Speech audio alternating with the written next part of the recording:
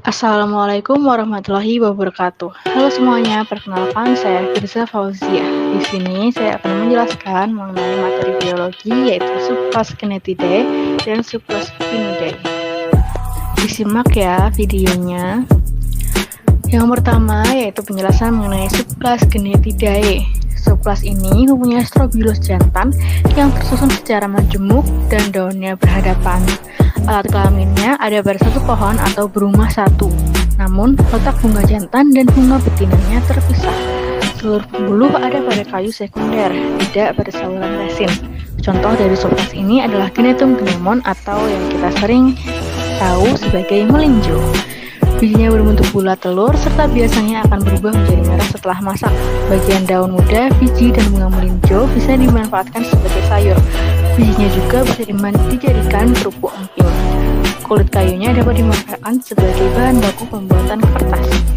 Selanjutnya yaitu ciri-ciri dari Cnetidae. Yang pertama yaitu batang merambat berkayu atau lianes dengan sebagian batang bercabang.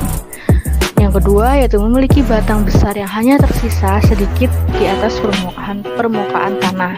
Yang ketiga yaitu tidak memiliki bunga yang sesungguhnya. Keempat, memiliki strobilus jantan dan betina yang terdapat dalam satu pohon.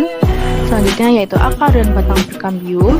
Strobilus mengandung 2 daun buah dan penyerbukan dibantu oleh angin. Selanjutnya yaitu siklus hidup Cnetidae. Strobilus jantan Gnetum gnemon sendiri dihasilkan oleh pohon baik yang terpisah berumah 2 atau dioecious maupun yang satu pohon berumah 1 atau monoecious dengan strobilus betina. Ketika strobilus jantan mekar dan siap menyerbuki strobilus betina, strobilus jantan akan gugur baik pada pohon dioecious maupun monoecious. Dan ovum strobilus betina mulai terbuahi hingga menghasilkan biji melinjo. Selanjutnya kita masuk ke subclass Vinidae. Vinidae merupakan subclass dari Gymnospermae. Tanaman ini seperti tanaman jenis conifera, contohnya yaitu pinus. Subclass Vinidae meliputi pohon dan semak, dapat membentuk daerah hutan besar, dan karena kelimpahannya dianggap sebagai salah satu elemen biologis paling penting di bumi. Ada sekitar 630 spesies di bawah klasifikasi ini. Mereka adalah tanaman yang dapat mencapai beberapa meter tingginya dan biasanya memiliki tekstur kayu. Biji-biji tepi ini hadir di kerucut. Ciri-ciri dari Vinidae yaitu habitus berupa pohon, tumbuhan konifer, organ reproduksi berupa stronilus berbentuk konus atau kerucut, tumbuhan berumah satu. Berikut klasifikasi dari Vinidae: kingdomnya Plantae, subkingdom Viridiplantae, superdivisi Embryophyta, divisi Tracheophyta, subdivisi Spermatopitina, kelas Pinopsida, subkelas Vinidae, ordo Pinales. Berikut adalah contoh tumbuhan dari subkelas Vinidae. Yang pertama yaitu Pinales atau pohon pinus. Yang kedua yaitu Duprasales atau pohon Cunninghamia, dan ada Aucariales atau pohon Aucarias. Ya, seperti yang dilihat ya.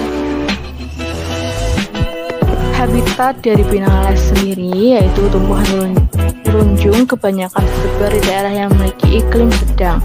Di daerah tropika hanya beberapa jenis yang tumbuh di alam dan secara alami menyukai daerah pegunungan yang sejuk. Di Indonesia terdapat beberapa perwakilannya seperti Tusam atau Pinus mercusi, sejumlah Aurosariaceae seperti damar atau Agathis alba dan damar laki-laki atau Araucaria cunninghamii, serta beberapa Podocarpus. Kalau habitatnya Duprasales sendiri yaitu berasal dari Cina, Vietnam Utara, dan Laos, atau mungkin juga Kamboja. Tingginya bisa mencapai 50 meter atau 160 kaki. Contoh spesiesnya ada redwood, Metasequoia, Cunninghamia. Dan habitatnya Araucariales yaitu genus pohon konifer yang selalu berdaun dari famili Araucariaceae. Ada 19 spesies dalam genus ini dengan sebaran yang sangat terpisah di New Caledonia, di mana 13 spesies adalah spesies endemik. Pulau Norfolk, Australia Timur, Irian, Argentina, Chili, dan Brasil Selatan. Contoh spesies yaitu Araucarias, Volumnius, dan Pinus cauris. Berikut adalah siklus hidup dari Vinidae. Baik, itulah tadi materi yang dapat saya sampaikan. Terima kasih telah menonton videonya. Wassalamualaikum warahmatullahi wabarakatuh.